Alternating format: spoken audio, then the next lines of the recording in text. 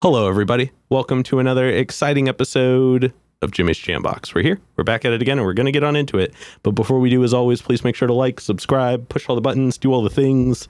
You know, I don't know where they are, but you do, and I trust you. And with that being said, here's a quick word from our sponsors. Organic herbs and botanicals, skincare and edibles, wellness for body and mind. The Brothers Apothecary. Fine teas and remedies. Ronald Records. From indie gems to classic hits, discover the heart of local music. With live shows all the time, up close and personal, and regular releases on their in-house label. Ronald Records. Supporting the community, one track at a time.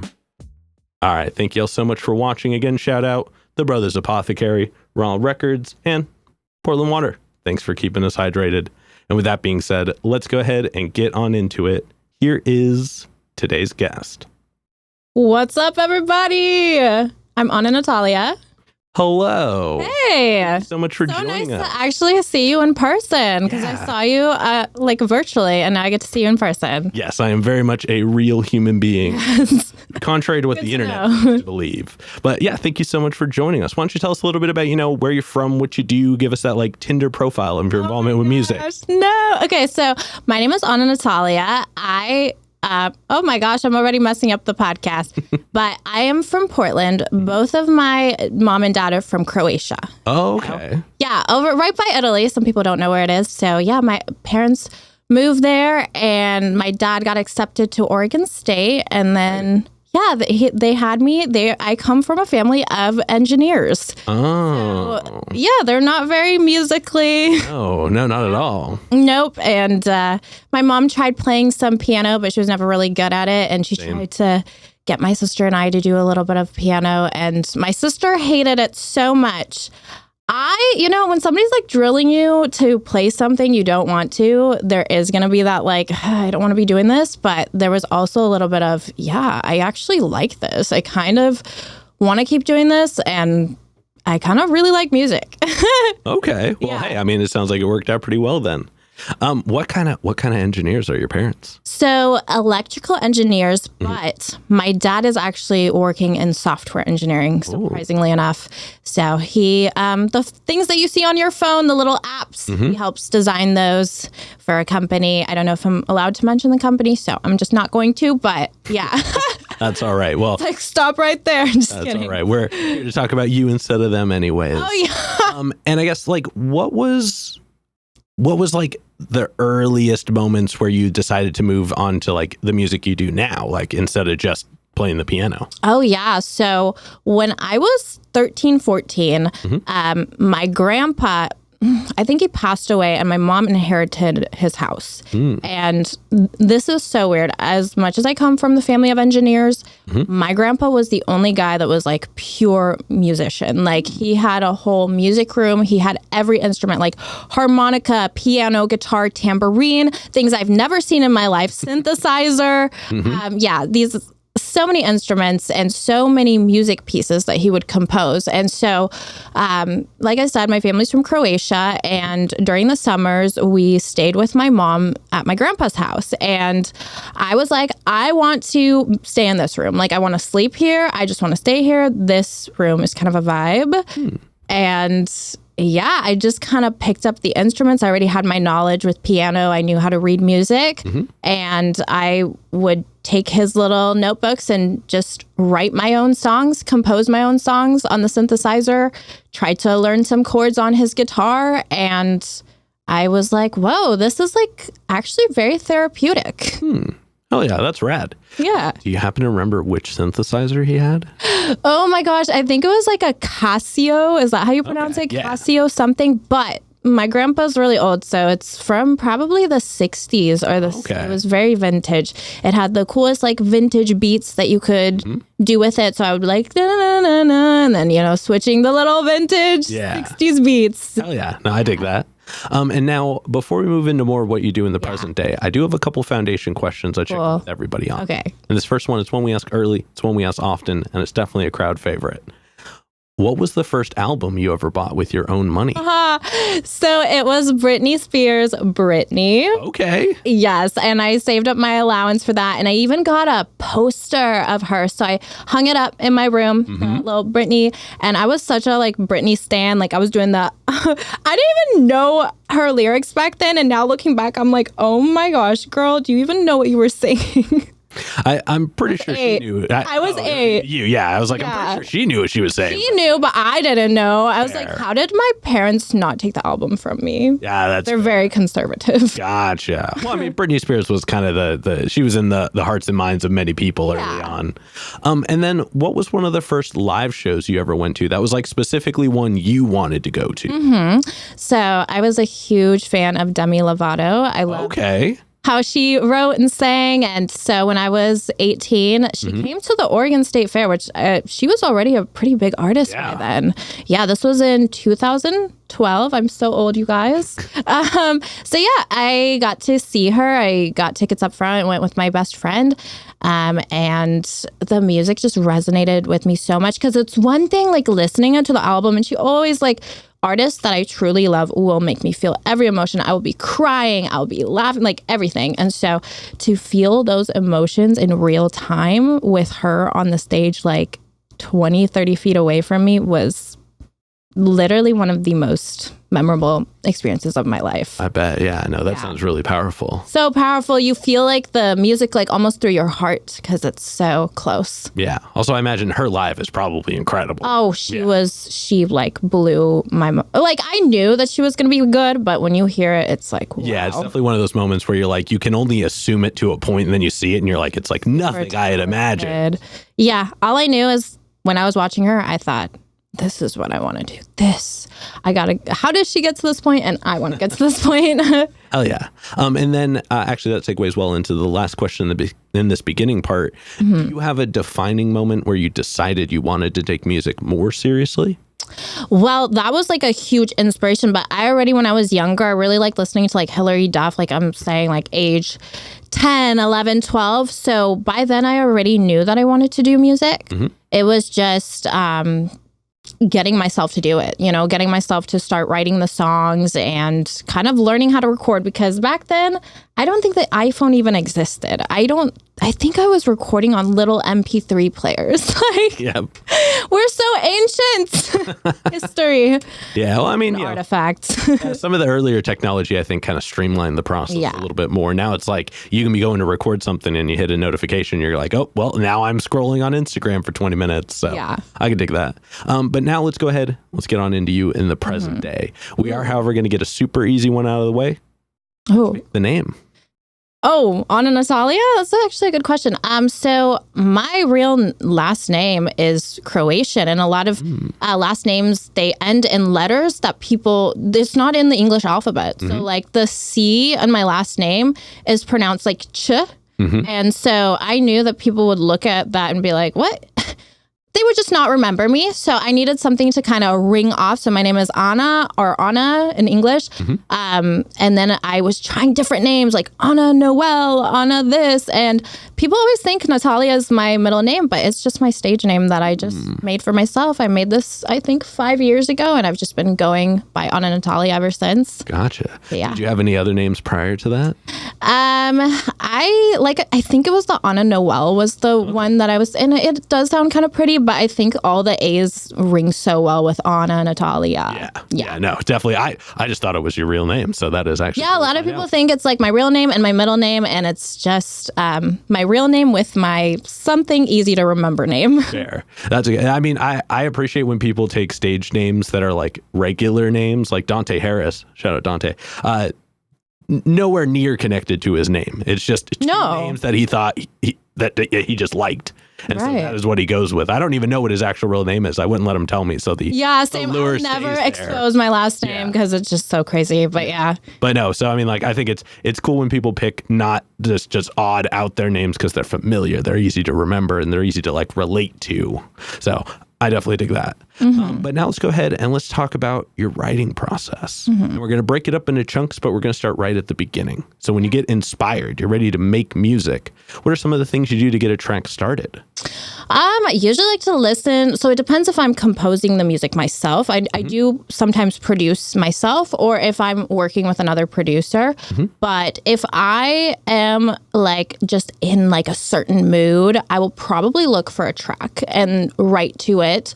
Or I'll just like start like looking for loops and different things on my MIDI keyboard just to kind of like fit that vibe. Gotcha. So once I get kind of the music part of it down, then that's when I like to get into the writing part. Okay. Yeah. So I always do the music first before I start the writing. Gotcha. To kind of know where I'm going with it. But I always have like an idea and a concept for what the song is going to sound like. Like I have an idea for the song before I even start searching. Okay. So you hear the music. Yeah. I actually like I hear music in my sleep. Like it's so crazy. Like when I fall asleep, I like compose melodies in my head and I'll wake up and I'm like, oh my gosh, you need to like hum this right now because we need to get to work. Like, you know? See, that's when you need one of those like just like one button recorders. Yeah. So you can just tape record in the morning, leave it there, and then play it into your phone later. Literally, yeah. Because I don't know how to like write notes on my phone. I'm sure there's an app for it, but like it's just so much easier to just hum it and then later like, you know, figure out the notes and the melody. Yeah. Yeah. No, I mean, that's one way to do it. And I guess as far as like composing the words go, how do you go about putting lyrics together? Oh, so that is actually a very interesting process for me. When I was younger, I just kind of would type, like I'd have the idea for a song. And then if I wanted something to rhyme, I would be like, things that rhyme with that word. And then I realized later that I really liked like doing full-on research. So like if I have a song and it's, I don't know, inspired by a snake or a cow, and I know that sounds super random, but I will literally do research on like farmer terms or like venomous snakes, poisonous snakes. And so that's how I get my ideas, is actually through like full-on research. Interesting. Yeah. So instead of a thesaurus, you go for like just like... I go for the Google, Yeah, you know, whole, give like, me more encyclopedia. facts about what I want to write about. Yeah. Interesting. I dig that. And I guess as far as like putting the actual words down, like do you do pen and paper? Are you into your phone like everybody else is nowadays? I assume you don't freestyle it off the top. No, I'm very classic. So how I started writing when I was 13, 14, pen and paper, always. Oh, yeah. And I actually prefer I used to like write in pencil and it would erase all the time. And there was like eraser crumbs all over my table. So now I just cross. But actually, now that I go into Ableton, if I like an idea, sometimes I don't even write it. I would just record it straight into Ableton. And then I'm like, this sounds good. Because sometimes when you sing it, it sounds better than I write it. Yeah. And I guess that is a little bit off the top. And that's, you know. Oh, it is. So I guess it is kind of freestyling. You're right. I do a little bit of freestyling, a little bit of writing. That's how I write. Oh, yeah. That's rad. And then once you get a track finished writing, so it doesn't have to be like recorded and released per se, but once you've gotten it to where you can start learning it, how long does it usually take you to get comfortable to the point where you feel like you could perform it? You know, I usually, and I'm sure a lot of other artists do this, I listen to my track a lot of times in the day after I write it. Like, I really just, it's so weird because when I hear a song on the radio, I can easily remember the chorus and the melody, but for some reason, my songs are harder for me to remember. So I don't know why that is, because it's like, I literally just wrote the song, like, what? So I listen to it a lot of times, and then usually I even like when I go to the studio, I still don't have it fully memorized. So that's fair. It's just over time. Over time, when I listen to my songs over and over again, I just kind of memorize them. I gotcha. And have you done a lot of performances recently? So I actually just had my very first performance at Barrel Room. Exciting. I have a band. So that was so fun. We all got to perform and we sang like 5 songs from my album. And then we did like one cover of Skater Boy. And yeah, it was great. It was just like such a fun adrenaline rush. You know, when you do that, you're like, oh, this might actually be the best part of music, like the performing part. It's definitely one of my favorite parts for sure. Such a great part. What was it like translating your music from like just music you made yourself or like, just kind of as your own thing to having a band perform it? Yeah, so I had been doing pop music for a long time, and I decided, I think I can go a little harder, a little more edgier. I have a lot of emotion inside of me, and I need to capture that in a better way than pop. And so I started working with rock producers, and I noticed that the way I was writing my lyrics were a lot better. And so I wrote all these things and worked with producers, and then I was like, dude, I kind of just want to perform this, but it's not the same as a pop artist. I have a good friend that like, she does pop and she has backup dancers and, she makes it look so elegant. But I felt like with rock, I actually needed like a legit band to perform. Like that would look way more my vibe, my image than having... I'm not opposed to the backup dancers. I'll be cool too. But, I just felt like a band would really. So that's, so through my manager, we just kind of started scouting people and we found, oh my gosh, I love my band. Like all of them are amazing. And I could not be more grateful and thankful because I'm so happy with them. Why don't you shout them all out real quick, Sylvia? Yes. Okay. So Jibner, he's my lead guitarist. And then I have Sam on my rhythm guitar. And then it's not my rhythm guitar, his rhythm guitar. And then Josh, my drummer, amazing. The drummers are like hard to get. So this guy travels like over an hour to come rehearse and see every time. So committed. And then I have kind of like a last minute addition to my band, bass player. His name is Christopher. And that was kind of a last second thing. So he learned the songs literally overnight. Oh, dang. Performed with us the next day. Yeah, shout out Christopher. Hell yeah. No, it sounds like you've got a pretty solid team right there. Yeah. And I mean, like you said, one of the hardest parts is locking down a drummer. So that is... Right. The drummer is... once you find a good drummer, you want to keep the good drummer. Yeah. It just makes it such a full experience versus just like having backing beats. You know what I mean? It's just a whole other realm. That's like where I come from. I'm definitely not a rap and hip hop person in my performance world. So like having bands has always kind of been what I mainstayed in. Yeah. And it's sometimes difficult singing with the backing tracks because the drummer actually has to hear everything. And so, if he doesn't hear it, then the guitarist can't follow and then I can't follow. So having just like the full band really is so much better of an experience and it feels so much more real and raw, like less fake, Not saying there's anything wrong with a backing track, but... No, it's just a different vibe. More authentic, more... Yeah, it's nerve-wracking. You can't mess up. No. Well, I mean, like, I think there's, in a way, it's almost like you can a little bit because as long as the band is paying attention well enough, they can catch it and be like, they can, can roll into it and lean into it. Whereas like with a backing track, if you like mess up a line, you gotta. You gotta get back into the zone. Yeah. It's true. But it's still in a way, there's a lot of room for like different things to happen at once. So everybody's got to be absolutely tight. And what I really like about my band is that most bands just have like one guitar player, one bass player, and a drummer, and then the singer. And for me, having like two guitarists is such a cool experience because one guitarist is doing one thing and the other is doing another, and when you put it together it sounds no, I definitely dig that. And do you ever play instruments on stage? This was my first show, we just didn't have enough time to prepare for that. But in my future shows, like actually, I am planning to get myself a baby pink electric guitar. Okay. I know acoustic. I know some like basics on acoustic, but like I would like to take it to the next level. I'd like to learn like some guitar solos because my songs do have guitar solos in them. And Jibner, he's so good at the guitar solo, so I absolutely have to give it to him. I cannot embarrass myself. But if I could add a little something, a little 5 seconds of fame. Just kidding. No, for sure. Now let's go ahead and let's talk about some of your music. Yeah. I was looking at, Spotify, where everybody's at these days. Oh, no. And, you've got music going back to 2021 with the with your EP, Higher Elevation. Yes. It's a really cool EP. I could definitely see the transition from then to now with your most recent single, Breakdown in Vegas, which is very much like heavier song, a lot more rock inspired. And I guess what was you kind of touched on it, but was there a specific thing that like inspired you to move into that genre completely? Yeah, it was my life. I felt like was different than it was back then. I felt back then like it's not that my life was like perfect, but I just felt like I was more like bubbly, positive, things like that. And then as I got older, there was things that I started experiencing and I was like, I need to let this out.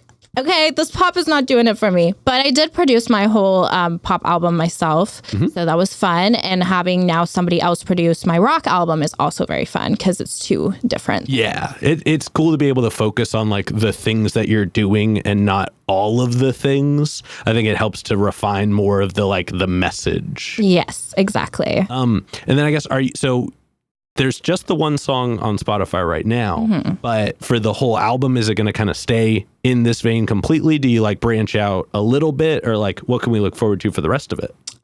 Okay, so it is kind of like similar vibe, but some of the songs are heavier. Some of them I've experimented with kind of not necessarily screaming, but doing things with my voice that I've never shown or done before and pushing myself as an artist and seeing that I am like actually capable of so much more with my vocals if I just really push myself. Yeah. So yeah, it is going to be like similar to that vibe, but some songs heavier, some a little more gentler. It's just a cool variety. Okay. Yeah, definitely looking forward to that. Yay. I do this bit where I pick out a track that I enjoyed, and obviously I could have gone for Breakdown in Vegas, but I decided to go for a track off the EP. Oh. And I went with Casual. Oh, okay. I mean, first of all, it's catchy, but it has a bit of an edge to it. Like there's just something in there. And what I thought was really cool is that it has character, it has personality. Like it's not like the rest of your tracks are also very good. Not saying that they lack Okay, this. it's totally your That one, there was something in it that just it showed that you were able to like be animated, to show just some personality in it, and it felt very like, I guess, comfortable. I mean, very, very casual almost. But there was just something about it that I just thought was really like engaging to the ears. So that was the one that stood out to me. Yeah, I actually had a lot of fun making that one too because the beat for that one was really catchy. So I was really like playing around with it, and I somehow found this like catchy like way of doing it. And then I just kind of wrote to it. I was like, whatever, what am I feeling in this moment? And I'm like, I'm feeling like doing something like casual. So yeah. I kind of just had fun with that beat. Oh yeah. I am curious to know though, what is one of your favorite tracks to perform? Ooh, okay. So the song is actually unreleased, so it's not out yet, but it's called Chokehold, and it's actually the last song that I worked on my album. Just like doing the whole full-on process. I have written more songs since Chokehold, but it is the heaviest rock song that I've done, and it's just the one where I'm kind of pushing my voice, really letting it out, and there's even like a note that I hold where I kind of scream it, and it was fun. It's fun to perform on stage too. It is a little, I'm still working on getting my vocals like down how I want them. Yeah. Then again, it was like my first performance, so I can't be like super hard on myself. But yeah, it's so fun to perform, and it's my favorite song off the album. Rad. Well, definitely looking forward to seeing you perform it eventually and hearing it when the album comes out. Which let's go ahead and talk about that a little bit. When, without giving too many details away, like when can we expect it? How many tracks? Like what are you looking at as far as that goes? So originally I was hoping to like drop it in July, but now not really 100% sure what the process is. I do have like a music manager right now, so it's kind of like we just kind of like talk out like when we feel like releasing a single. But I think that I'm gonna start with releasing a few, like maybe one or two more singles before I like drop the full album, because I really want people to kind of really vibe with my music before like expecting an entire album, because if I just drop an album, they're gonna be like, okay, whatever. But if I kind of like warm them up to it, then I feel like it's gonna be more exciting. And then they'll also recognize the songs from, here's Breakdown in Vegas, here's Ghost, or whatever I decide to release in the meantime. But well, then I think the concept of releasing music now is so much different than it was 7-10 years ago. Right. That is very much the more modern approach to like slowly tease a grip of it over time, putting out the full thing and like seeing how it all ties together. Yeah, absolutely. I'm very excited though, because I really the songs on there, I'm just really worked hard on them, and I think that it's just something I'm very proud of. And I can get very insecure with my music. Like, to be honest with you, the higher elevation, I felt like I could do better, but with the rock, I felt like this was my sound. Gotcha. No, I definitely dig that. Now let's go ahead and let's zoom out. Let's talk about kind of music as a whole. Okay. What are some of the things about either new music in general, if you're one of those, or just music that's new to you, that you find like enjoyment and inspiration in at the moment?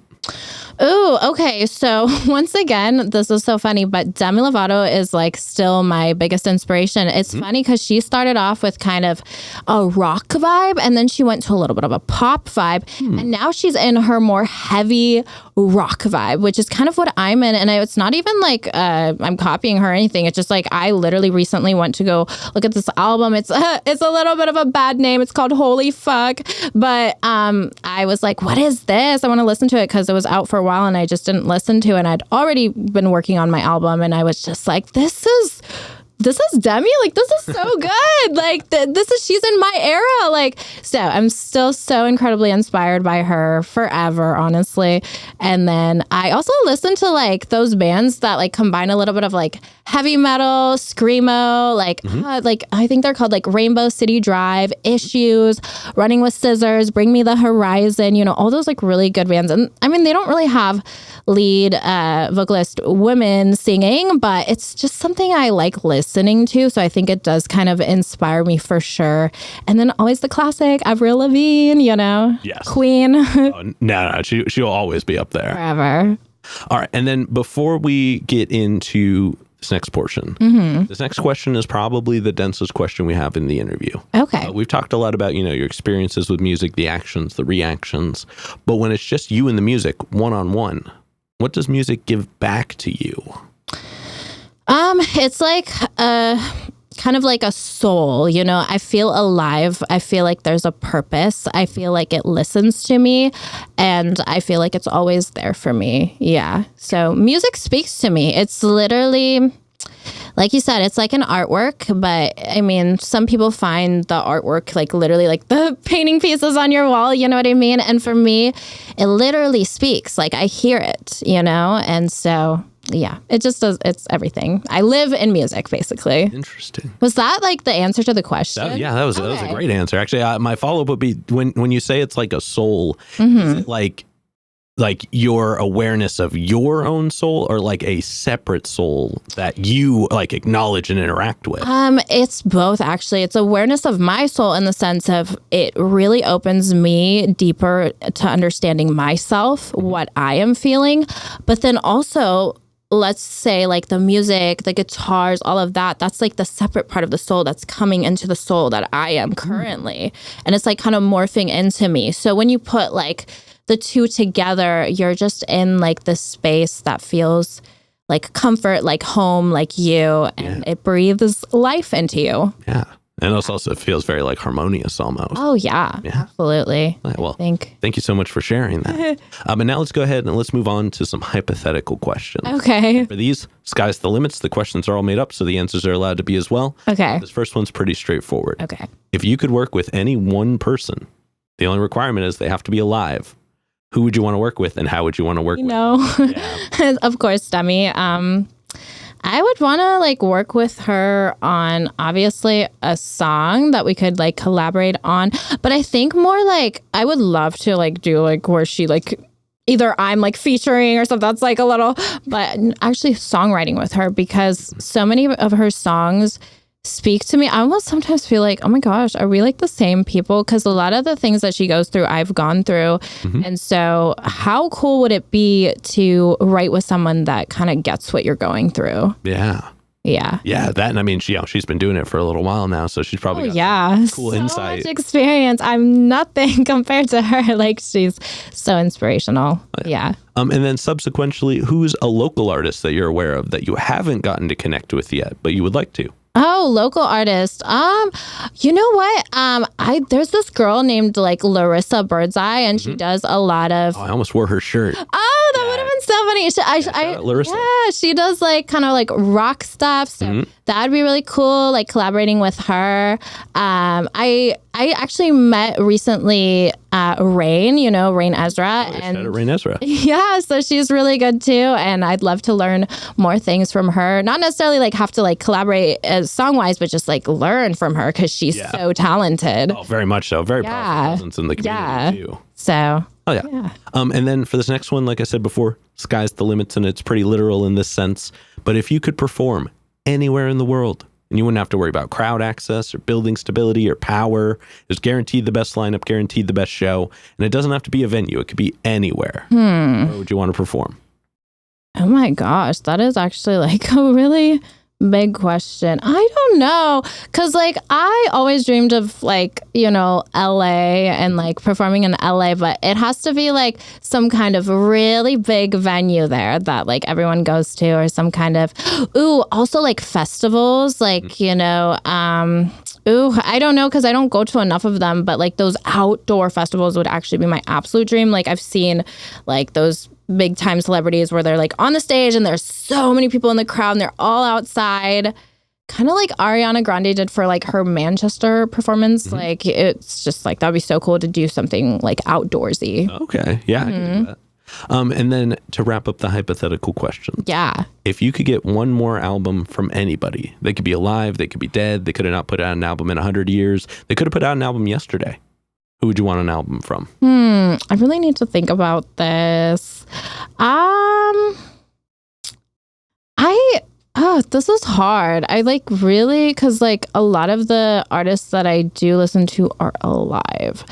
And like, I'm trying to think of somebody that like maybe passed away that like, I would say Bob Marley. You know why? Because like he's just always a vibe. Like when I'm not feeling good, I just listen to Bob Marley, and it's so different from my music taste, but I love reggae, and like it's just, definitely want Bob Marley to like add some more songs so that I can be happy. Oh yeah, no, that's a great answer.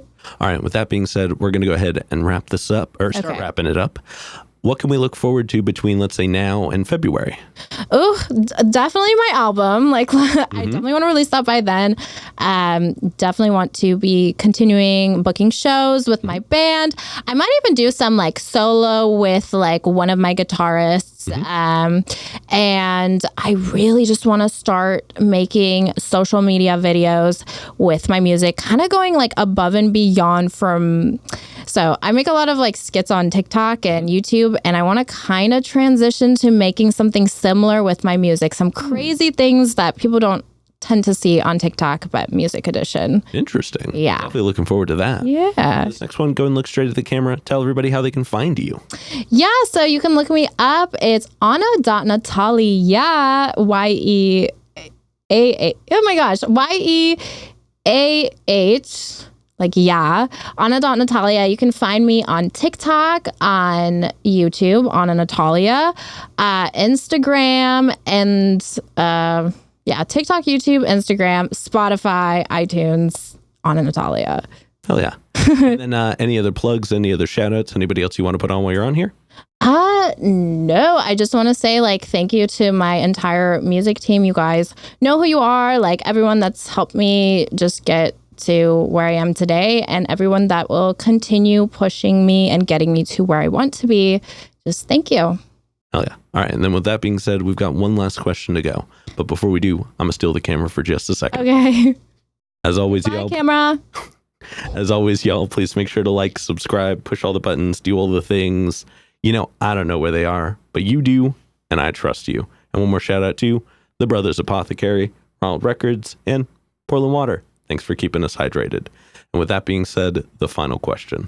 Oh no. And this is entirely up to your interpretation. I'm just kidding. But what is an album you feel is more on the obscure side? So it's a deep cut. It's one not a lot of people would know. But it's one you think everybody should. Oh my gosh. Can I like look in my Spotify? Because I feel like if it's like an album. Okay. Let's see. I'm looking at my albums.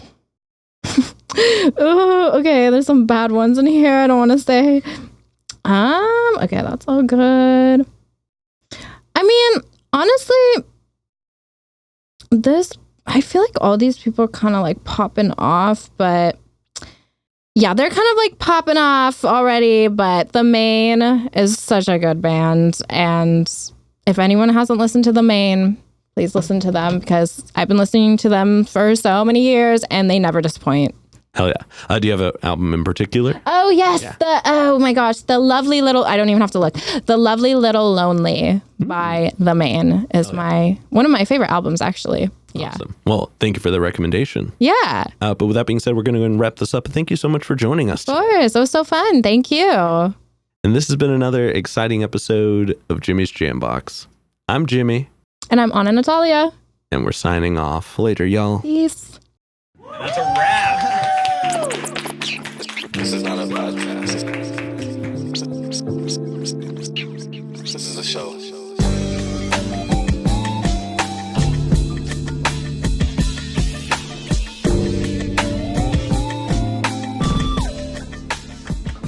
Keep jamming.